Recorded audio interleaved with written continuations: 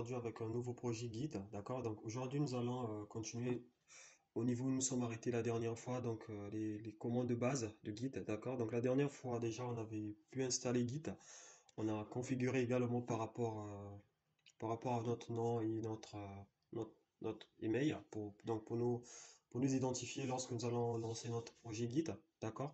Donc là maintenant nous allons travailler sur un projet guide et nous allons maintenant lancer donc les commandes de base, d'accord? Donc première ferme par la suite, c'est quoi? Nous allons créer un nouveau projet, d'accord? Donc le nouveau projet que nous allons créer, c'est à ce niveau. Donc nous allons créer un nouveau projet et puis nous allons nous déplacer dans ce projet à travers la commande cd, d'accord? Et puis par la suite, nous allons initialiser notre projet guide pour lui donner la possibilité d'être déployé et d'y travailler, d'accord? Donc voilà ce que nous allons faire là de suite. Et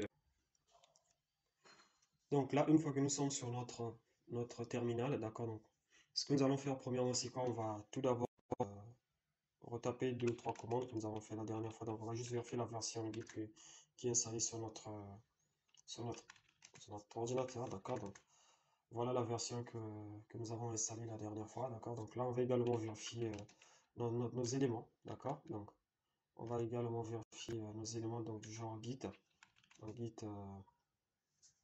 config, donc Git config, Git config, tiret L, d'accord? Donc là, voilà notre name qui est là et notre email, d'accord? Donc là, premièrement, ce que nous allons faire, c'est quoi? Nous allons créer un nouveau dossier, donc avec mkdir, d'accord? Donc mkdir, on va appeler notre dossier donc début git, début git, d'accord? On appelle juste début tout simplement. Donc voilà notre dossier qui a été créé, donc on va entrer dans notre dossier avec un cd, d'accord? Donc cd début, d'accord? Donc voilà, nous sommes dans notre dossier, donc on le voit à ce niveau, d'accord? Donc là, nous avons des stocks et puis par la suite, nous avons slash début. Donc là, nous sommes dans notre dossier début. Donc on peut à ce niveau, donc lancer notre programme Git, d'accord? Déjà, il faut savoir que la commande mkdir, ça revient au même. Donc, on fait une équivalence lorsque vous ouvrez votre fichier, d'accord? Donc, lorsque vous ouvrez votre fichier dans ce sens-là, donc nouveau dossier, d'accord? Puis vous le renommez et puis vous ouvrez votre dossier. Ça revient un peu au même, d'accord? Donc là, c'est juste un dossier vide que nous avons créé, rien de sorcier, d'accord? Donc, je me déplace à l'intérieur à partir de la commande cd. Donc, je me suis mis dans le dossier parce que je vais étaper les commandes, d'accord? Donc, je vais dire maintenant à Git de commencer à versionner mon code, d'accord? Donc, ça se fait à partir de la commande git init, d'accord? Donc, on va mettre un git init. Donc, lorsqu'on met un git init, automatiquement, il va versionner notre code, d'accord? Donc, il va commencer à nous permettre maintenant de travailler sur notre dossier, d'accord? Donc, on lance notre git init. Donc, là, qu'est-ce qu'il nous dit? Il nous dit que initialiser, initialiser, d'accord? Donc, git repository in, donc nous avons donc notre dossier qui est là, qui a été créé, d'accord? Donc là, on voit très bien au niveau de notre dossier, il a été mis quoi? Master. Donc master, en fait, c'est la branche principale. Donc par rapport à là, nous allons essayer une nouvelle commande, d'accord? Donc on va mettre un git status, d'accord? Donc une fois qu'on lance un git status, qu'est-ce qu'il nous dit? Il nous dit que nous avons aucune modification, donc aucun commit qui a été fait au niveau de notre dossier, d'accord? Donc, ce que nous allons faire par la suite, c'est quoi? D'accord? Donc, par rapport au commit initial, puisqu'il n'y a rien qui a été fait, donc, nous allons lancer maintenant un fichier. Donc, nous allons créer un fichier, d'accord? Donc, nous allons premièrement ouvrir notre dossier dans un éditeur de texte, d'accord? Donc, ce que nous allons faire par la suite, c'est quoi? Nous allons ouvrir notre dossier dans un éditeur de texte, d'accord? Donc, on va venir à ce niveau pour voir notre dossier. Donc, notre dossier début, voilà, qui a été créé. D'accord? Donc, on vient, on l'insère au niveau de notre éditeur de texte, notre Visual Studio Code. D'accord? Donc, une fois que nous mettons à l'intérieur, donc ce que nous allons faire, on va juste créer une page. Donc, une page web simple. D'accord? Donc là, on va créer, donc on va mettre un index.html. D'accord? Donc, donc là, lorsqu'on a créé notre fichier index.html, on va juste mettre un peu de contenu, d'accord? Donc on va mettre HTML. Donc on prend celui-là, HTML, d'accord? Donc on prend celui-là, donc on vient juste mettre un titre, d'accord? Donc déjà tout est là, le titre, on va le mettre début, Git, d'accord? Donc, et on va juste mettre un H1, d'accord? Donc H1 qui dit bonjour. Donc on dit bonjour, hein. Un bonjour simple. Donc une fois que nous avons mis notre bonjour, d'accord, ce qu'on va faire maintenant, c'est qu'on sauvegarde, d'accord? Donc on revient sur notre élément Git, d'accord? Donc sur notre élément, qu'est-ce qui se passe à ce niveau? Donc on va juste essayer quelques commandes pour voir si ça marche comme on le souhaite, d'accord? Donc on va mettre un git status, d'accord? Donc un git status. Donc là, vous voyez très bien que nous ne sommes plus au commit initial. Donc là, il nous dit que nos commit yet, d'accord? Donc il dit tout simplement que nous avons un nouveau élément que nous avons créé dans notre index.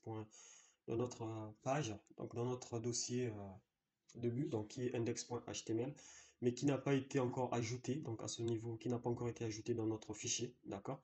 Donc une fois que nous voyons ceci, donc ce que nous allons faire, c'est quoi? On va ajouter, d'accord? Donc on va ajouter notre élément qui n'a pas encore été traqué dans notre dossier, d'accord? Donc ce qu'on va faire, c'est qu'on va mettre un git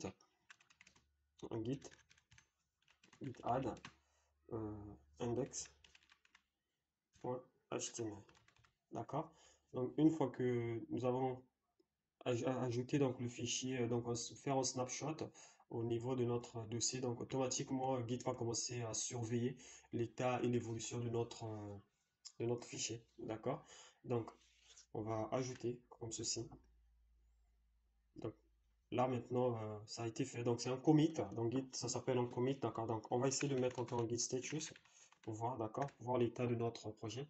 Donc là Git, qu'est-ce qu'il nous dit? Il nous dit que oui, commit change to be committed, d'accord? Donc votre commit a été bien changé, d'accord? Donc là nous avons un new file, donc un nouveau dossier, un nouveau fichier qui a été ajouté, d'accord? Donc là maintenant qu'est-ce qui se passe? En fait la première étape il consiste donc du genre à disposer en fait une image, d'accord? Donc l'image que nous avons du genre disposée au tout début lorsque nous avons créé notre dossier. Et une fois que nous avons modifié l'image, qu'est-ce qui s'est passé? Donc cette modification n'a pas été suivie par Git. Voilà pourquoi au tout début, il nous a dit que notre fichier index.html n'a pas été encore ajouté dans notre dossier. Donc là, une fois que nous avons ajouté notre fichier, automatiquement, il est reconnu dans Git comme étant faisant partie de notre projet. D'accord? Donc, une fois que nous avons fait ceci, donc toutes les modifications que nous allons faire à travers notre fichier HTML vont.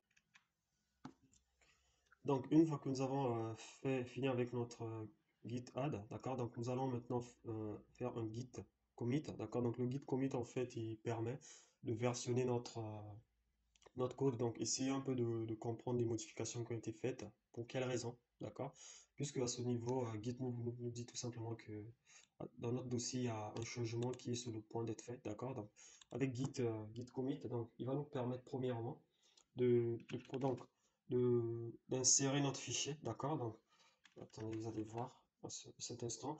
Et git commit, il faut savoir qu'il est toujours en fait associé à un message. Donc, le message, en fait, il dit pourquoi vous avez fait le commit, pourquoi vous faites ce commit. Donc, le message, en fait, il permet tout simplement à identifier le problème qui a été réglé, d'accord? Donc, on va message, on peut mettre de tirer, donc genre insérer, donc créer un nouveau dossier, un nouveau fichier, d'accord? Donc une fois que je lance, vous allez voir ce qu'il va dire, d'accord? Donc là, git commit, qu'est-ce qu'il nous dit? Créer un nouveau fichier, donc créer un nouveau fichier, un fichier a été changé, d'accord? Donc created mode, d'accord? Donc là, en fait, on a la possibilité maintenant de travailler sur notre élément, d'accord? Donc de vérifier.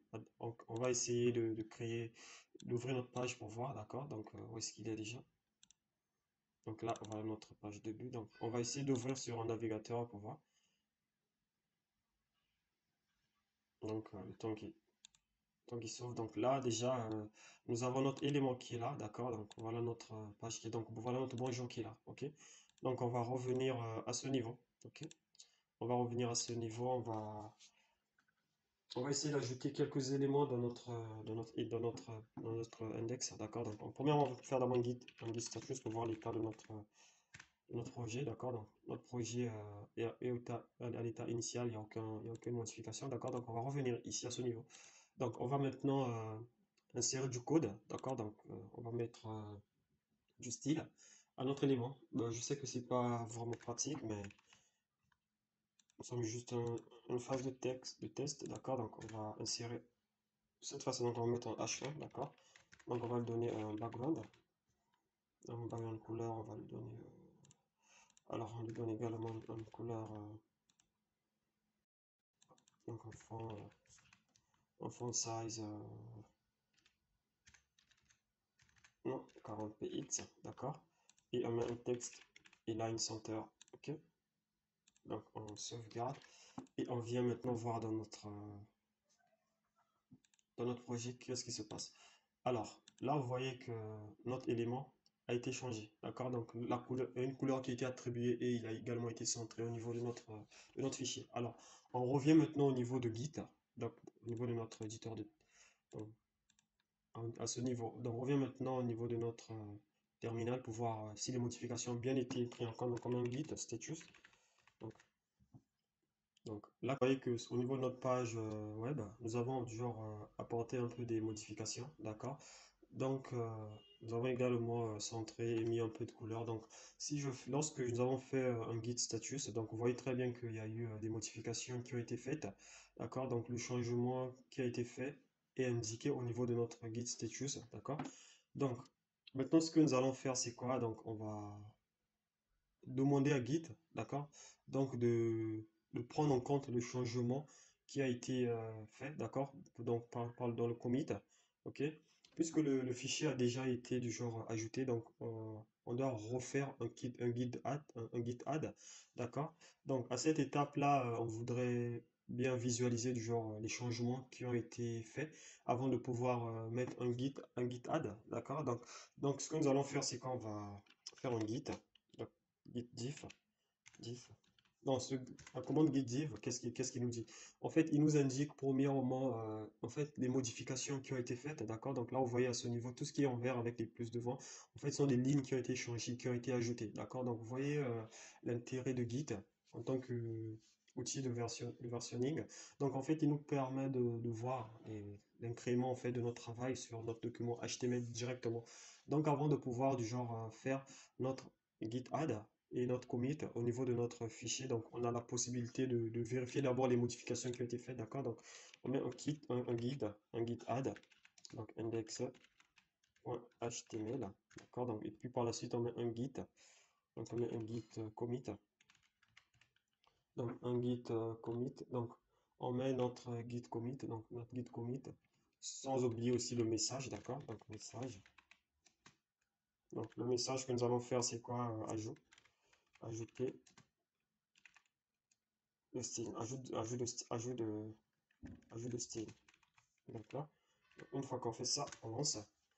Donc voilà, voilà notre modification qui a été apportée.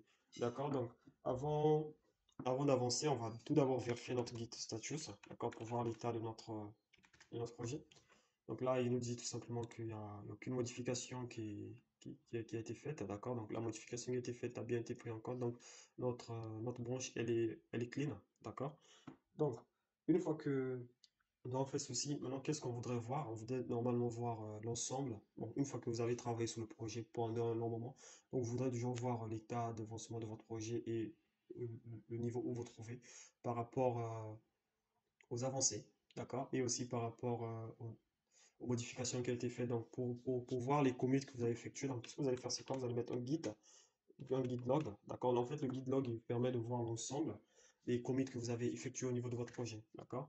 Donc, nous avons du genre. Donc, déjà, il faut savoir que lorsqu'on a fait notre git log, donc là, on a l'ensemble de nos commits que nous avons effectués donc, tout autour du projet, que ce soit une équipe entière qui travaille dessus. Donc, vous avez la possibilité de voir l'ensemble des commits qui ont été faits. D'accord? Donc là, nous avons notre ID. Donc, l'ID, il détermine un peu l'idée l'idée, donc l'identifiant de la personne, donc du commit qui a été effectué, d'accord? Et là, nous avons du genre le nom, l'auteur, donc le nom de la personne qui a fait le commit et son adresse email et la date également. Donc là, maintenant, nous avons juste le message du commit qui a été effectué, donc pour permettre un peu à la personne qui vérifie d'avoir une idée en fait, du changement qui a été effectué, d'accord? Donc ça facilite un peu le travail d'une certaine façon, d'accord? Donc là, nous avons nos deux commits qui ont été ajoutés à ce niveau, d'accord? Les deux commits que nous avons effectués depuis le début de notre projet, ok?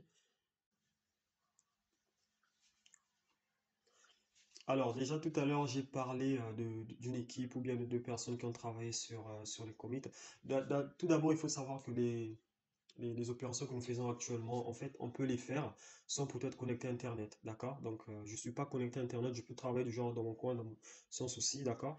Et une autre personne également peut travailler dans son coin sur les mêmes fichiers, il n'y aura pas de conflit, d'accord? Donc, lui travaille peut-être sur un même fichier, mais pas forcément sur la même ligne, d'accord? Donc, on va essayer de faire cet exemple-là et on va voir que Git parvient en fait à s'en sortir, à prendre les informations des deux groupes, donc les associer et à s'en sortir, d'accord? Donc là, on va juste finir avec les commandes basiques, d'accord? Donc diff et log, j'en ai parlé, d'accord? Donc j'ai utilisé aussi add, d'accord? Donc on a fait un peu le tour des commandes basiques. Donc nous allons attaquer un peu des notions beaucoup plus compliquées, donc des notions de branchement, d'accord? Donc là, pour l'instant, vous avez un axe de temps qui est linéaire, d'accord? Lorsque vous faites un commit, ils viennent les uns à au-dessus des autres, d'accord? Donc ça, nous allons travailler là-dessus sur la prochaine vidéo, d'accord? Donc essayer un peu de travailler sur tout ce que nous avons fait là-dessus, essayer de créer beaucoup plus de commits, donc essayer d'ajouter un ou deux fichiers ou bien plusieurs, essayer de faire des ajouts, de modifier, etc. Et puis voir un peu ce que ça va donner, d'accord? Donc si vous avez des questions, vous me laissez en commentaire et puis on se dit à la prochaine pour continuer avec les branchements. Ciao!